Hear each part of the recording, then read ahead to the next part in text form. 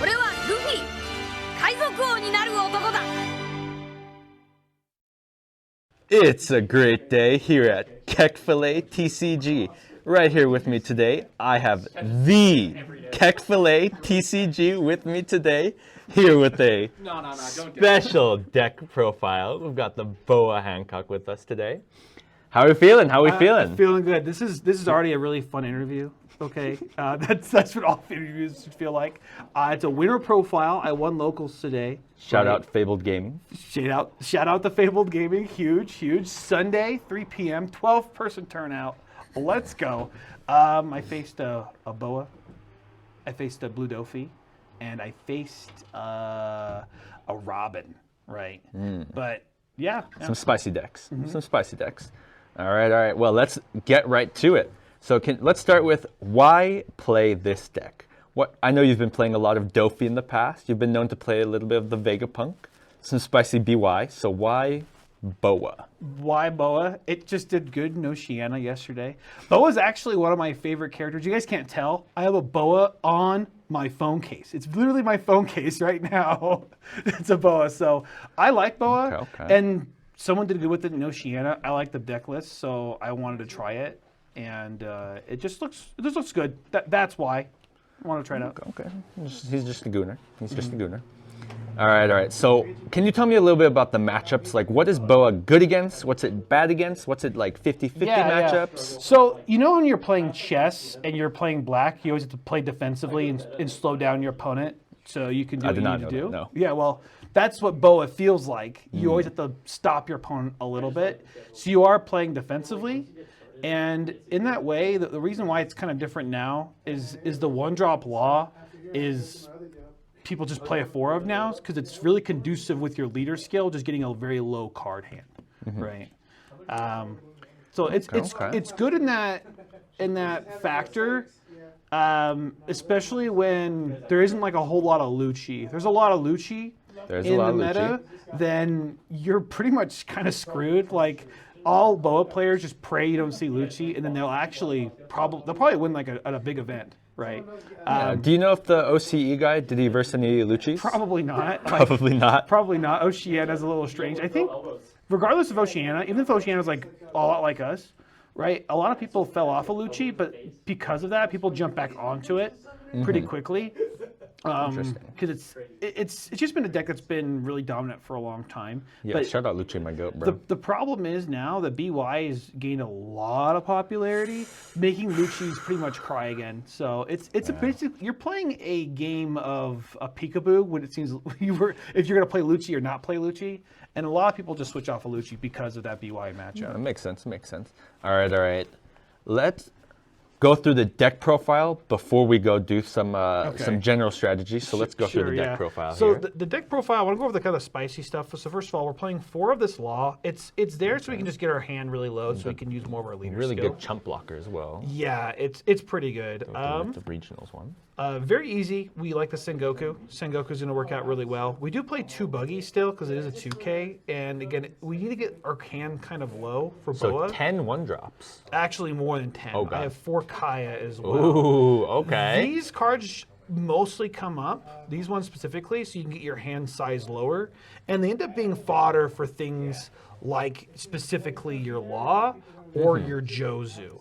These are the big conducive things, just so... Yeah. So would you consider like this deck's like main core engine of like just playing a lot of 1-drops and bouncing them is like your primary like gameplay? I guess so. It feels like the primary gameplay because really you're just trying to balance your opponent's board.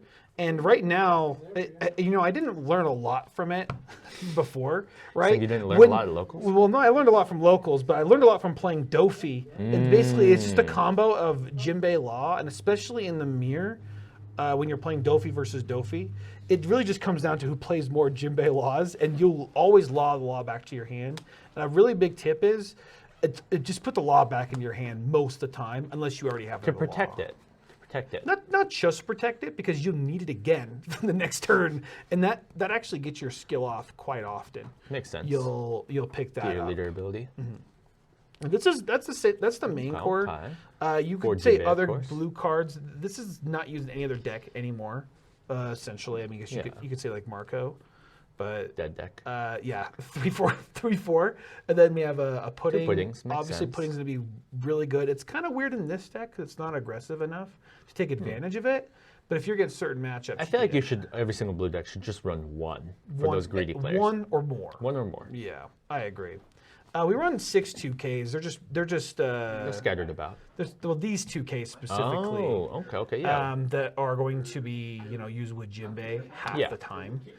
Just standard Warlord 2Ks. Just the classics. I mean, your normal thing is going to be playing Jinbe into Law. Anything else is a little weird, but you can always play Jinbe into this if like it gets a little strange. Okay. The guy still plays one Boa, which might be a little odd. When it comes to Boa Hancock, right? It really is extremely niche, right? I think it's not a 4 anymore in this kind of deck. Yeah, I know you play a lot of 1-drops. You can bottom deck your own. You can bottom deck your own. Or your opponent's, but that stun doesn't really help you win the game most of the time. It's just kind of, it's another 6-drop that it honestly could be anything else, but it did come up today in my Dofi matchup. Interesting. Okay. Next, the main kind of spice thing is 2 Borsalino, and I'm only playing 1 Doflamingo. Shout out Sakazuki, man. Yeah. You don't even know the old school Sakazuki in 05. This was actually like a 4-up. That was great. But this is also an interesting card too that they were playing. I didn't get a chance to play it, and I kind of want to get a second one so I can play it. I don't really know what it's going to be good or bad into. Gotcha. Okay. And in a lot of your big matchups, you do just want to see a Kaido. The Kaido is Just one. It's always going to draw you a card. 3 bounce Kaidos. Looks like medium rarity. That's how you like literally it. medium rare. And then instead of playing the second Doflamingo, I'm playing a second Raging Tiger with Really? three Gum-Gum Red Rocs. Not nearly as many events as other bows run, from my experience. They usually run like literally 11, 12 events. Yeah, like 4/4 plus extras, maybe. Maybe the 0 cost event, yeah. Yeah. But with this, they run 4/4, maybe even a Perfume Femur, which I do miss Perfume Femur.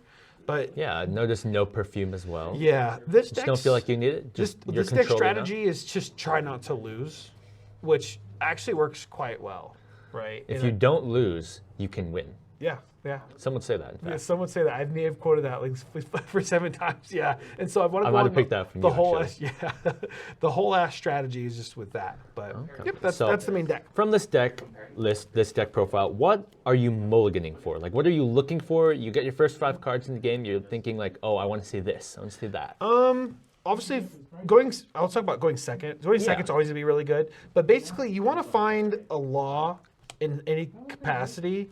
And then hopefully you have some kind of fodder like Sengoku to help you find that law. So you want just any of your 1-drops and the law. Yeah, and you could even see, if you see a lot of this law, it actually ends up being really helpful as long as you have something to search out other cards to find combos you need. Gotcha. Kaya is also going to be like kind of a backup here in case you need to actually just draw 2, discard 2. That's mostly what it's used for, because you might just pick up the Kaya anyway later.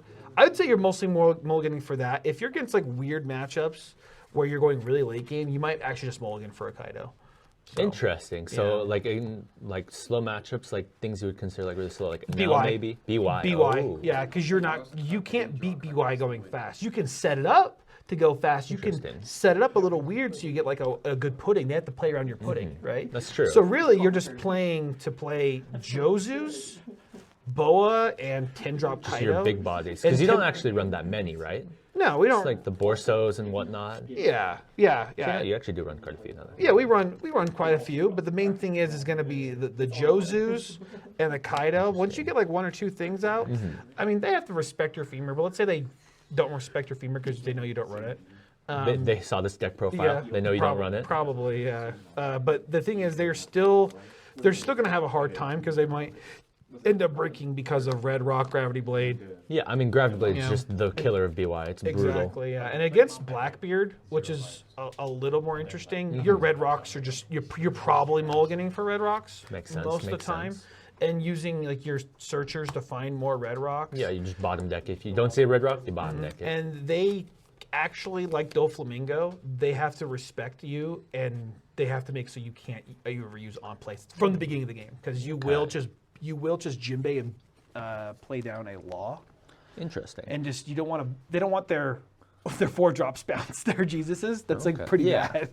So what would you say is like a general strategy you go for? Like, what's your general game plan? Let's say you go first, and let's say you won the dice roll and you go second. What's the difference in the two game plans? Yeah, if you go first. Let's start with if you go first. Yeah, the first few turns really is just play whatever search you might have out, and then swing like 5 or 6 or 7, right?